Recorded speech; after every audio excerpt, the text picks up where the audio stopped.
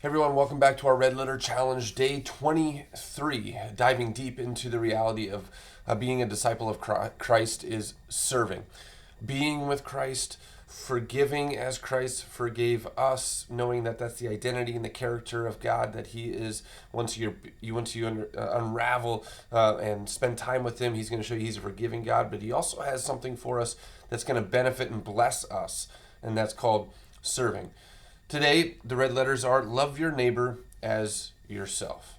Love your neighbor as yourself. It's coming out of this, the greatest commandment. I'm going to expand more upon this. If you'd like to stream our service, our midweek Lent service at 11:30 today, or be able to catch it after that time whenever you get the chance, to be able to talk a little bit more in deep depth of love your neighbor as yourself, because it comes out of the great commandment. Out of the Old Testament, but also as Jesus was, Matthew chapter 22, is Jesus sitting with his disciples at the Last Supper. And he speaks these words of being able to understand and go forth. This was really testing. This was a test from one of the experts of the law, as it says. What's the greatest commandment? Jesus, well, love the Lord your God with all your soul, with all your heart, with all your mind, with all your strength, right? And the one is next likewise to it, love your neighbor as yourself. Who is my neighbor? That's a great question. And when I ask that question, it maybe sparks biblical stories into your mind, because that's the great question that this one man had of who is my neighbor? And Jesus went on to tell a story of the Good Samaritan.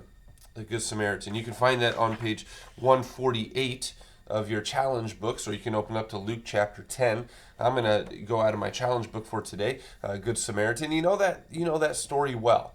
And so I don't need to reiterate, but I'm going to really kind of speak the narrative out real quickly. There was this man that was beaten by robbers, laid to waste, really, laid bare and beaten and on the side of the road.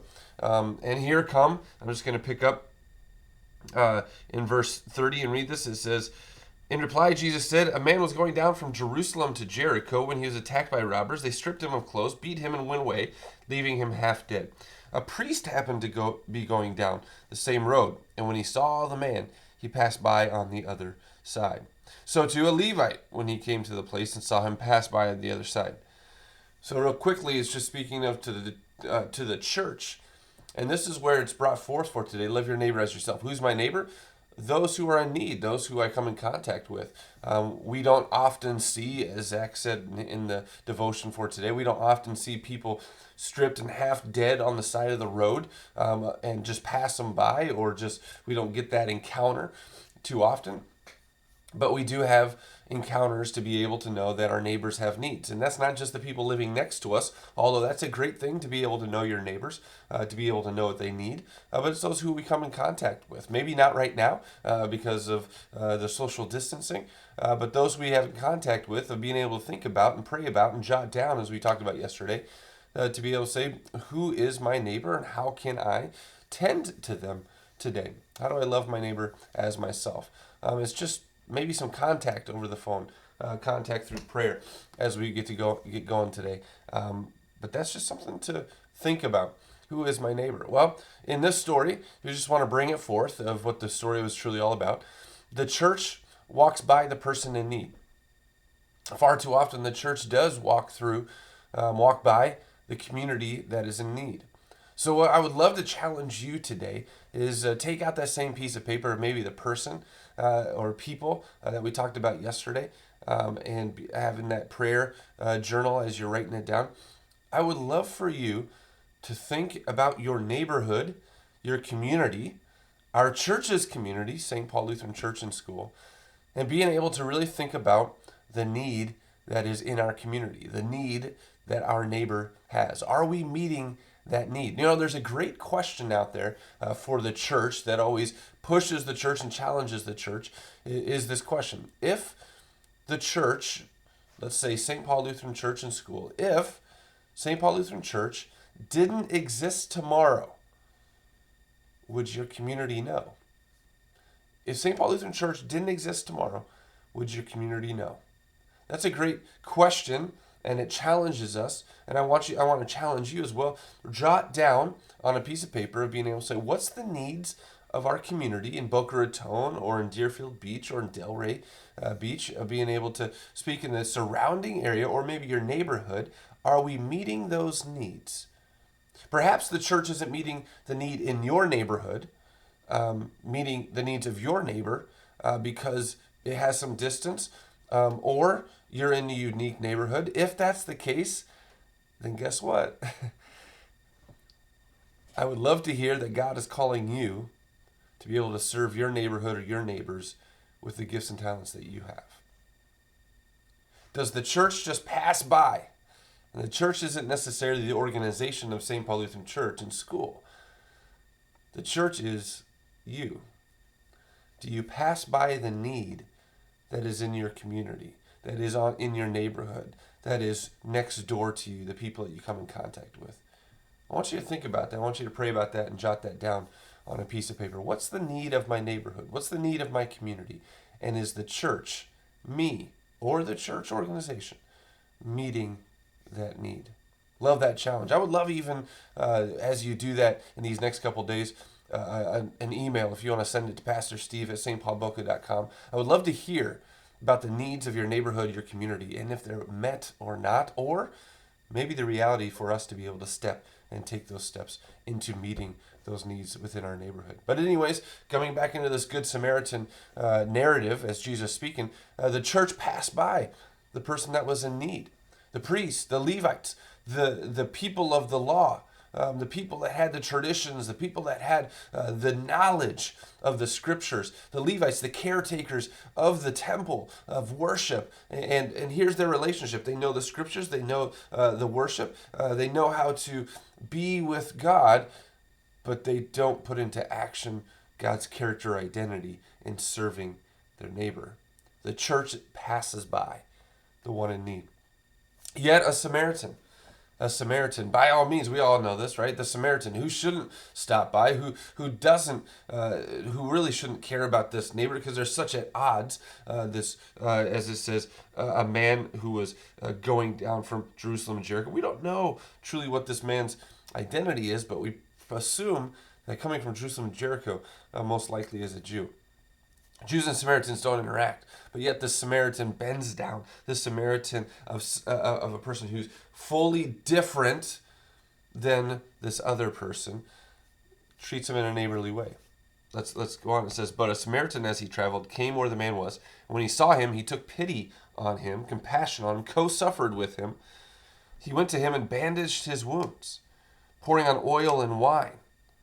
Then he put the man on his own donkey, brought him to an inn, and took care of him. The next day, he took out 2 denarii and came and gave them to the innkeeper.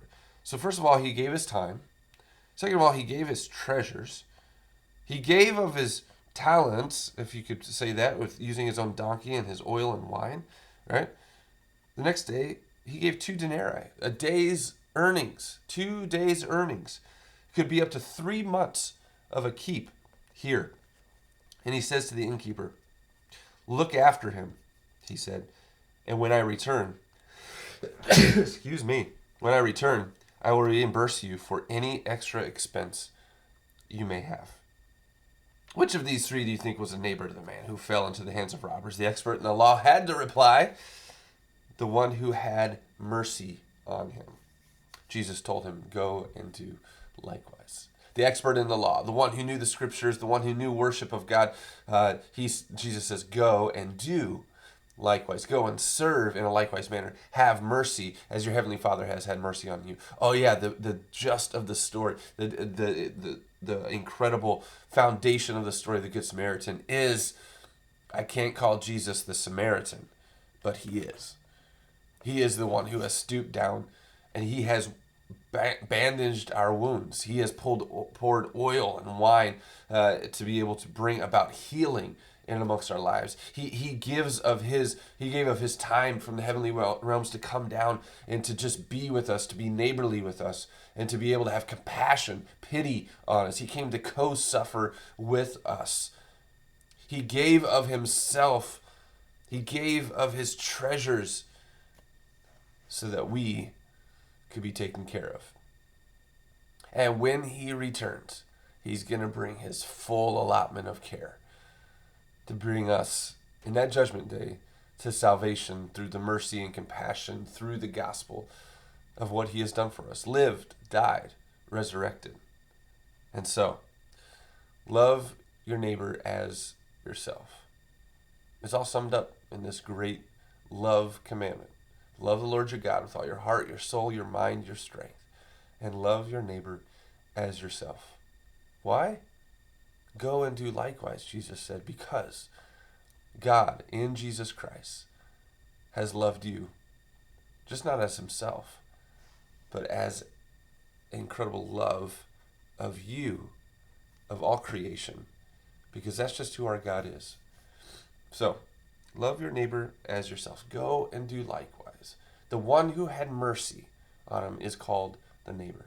Love your neighbor as yourself. The challenge on page 149, besides the challenge that I just gave to you, jot down real quickly, what's the need of your community? Is the church walking by it, or is the church meeting it? Email me that. I would love to see that.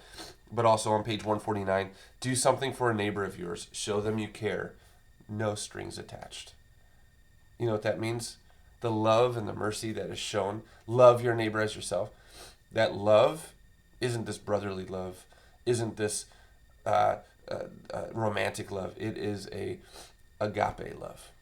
And the only agape love that we know is God. God loved you in Jesus so much that he came to be for you. And so here's the challenge, page 149. Do something for a neighbor of yours. Show them you care.